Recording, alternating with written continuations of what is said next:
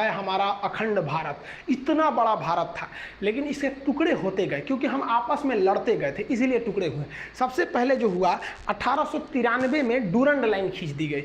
यहाँ पर इंडिया पाकिस्तान के बीच में अफगानिस्तान और पाकिस्तान तो उस समय भारत में ही था, यहाँ खींच दिया गया डूरंड लाइन। उस पार हो गया अफगानिस्तान, यानी अफगानिस्तान को अंग्रेजों ने साइड कर दिया क्योंकि वहाँ पहाड़ वगैरह ज़्यादा था, उतना उपयोगी नहीं था। तो ये हो गया डूरंड लाइन। ये वर्तमान में अलग करती है अफगानिस्तान और पाकिस्तान को, लेकिन जब ये खींचा गया था तो ये अफगानिस्तान और भारत की सीमा बनाती थी।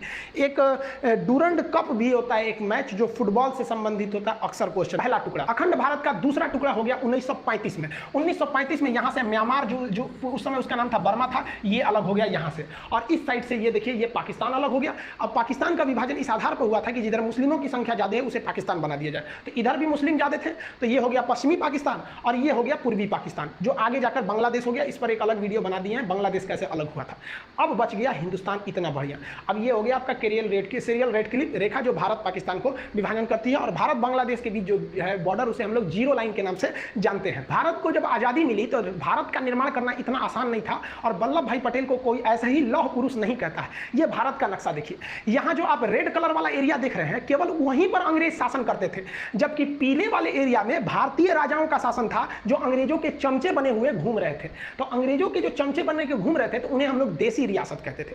तो जब देश आजाद हुआ तो भारत में कई देसी रियासत थे, तो अंग्रेजों ने कहा कि देखिए भाई साहब ये जो मेरा ब्रिटिश वाला एरिया हम तो आपको दे ही देंगे, लेकिन उन्होंने इस पीले वाले क्षेत्र से कहा कि आप या तो पाकिस्तान में मिल जाइए या तो भारत में मिल जाइए, आपका मन तो आप स्वतंत्र राज्य भी बना सकते हैं, एक देश भी बना सकते हैं। तो पाकिस्तान में कुल 13 देसी रियासतों ने विलय कर लिया। इसकी बात छोड़िए, यहाँ पर भारत की बात करते हैं। भारत में जो प्रिंसली स्टेट थे, जो देसी रियासत थे, उनकी संख्या 552 थी। इन 552 राज्यों को मिलाकर एक फेडरेशन बनाना संभव नहीं था, क्योंकि फेडरेशन बनाते तो फिर टूट जाते हैं।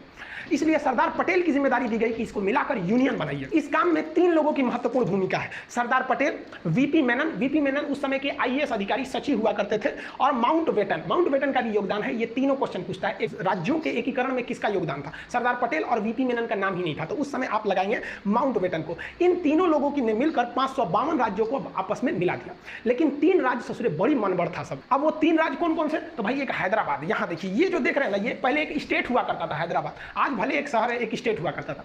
हैदराबाद के राजा का अलग ही डिमांड था, उनको अलग राज्य चाहिए था। अरे भाई साहब भाई ये अलग देश कहां बनाएंगे बिचुआ में से, यहां से अलग देश के लिए।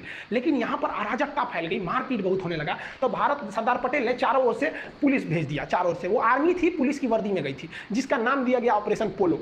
ऑपरेशन पोलो के तहत हैदराबाद को भारत में मिला दिया गया। इनके स्वतंत्र देश का सपना हमेशा के लिए टूट गया यहाँ पर, तो ये ऑपरेशन पोलो सफल हुआ।